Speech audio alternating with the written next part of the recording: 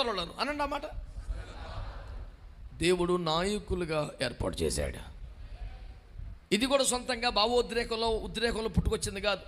Hebrew పత్రిక 13:17 మీ పైన నాయకులుగా ఉండి మీ ఆత్మలకు లెక్క చెప్పవలసిన వారు కాయిచున్నవారు అని సంఘ కాపరులు ఉద్దేశించే సంఘస్థులకు రాశాడు. అంటే ప్రతి కాపరి ఒక నాయకుడు అనండి.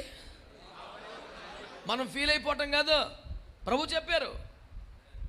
చెప్పారు. నీ దగ్గర 10 మంది ఉన్నా 10,000 మంది ఉన్నా వారి ఆత్మలకు నువ్వు నాయకుడివి.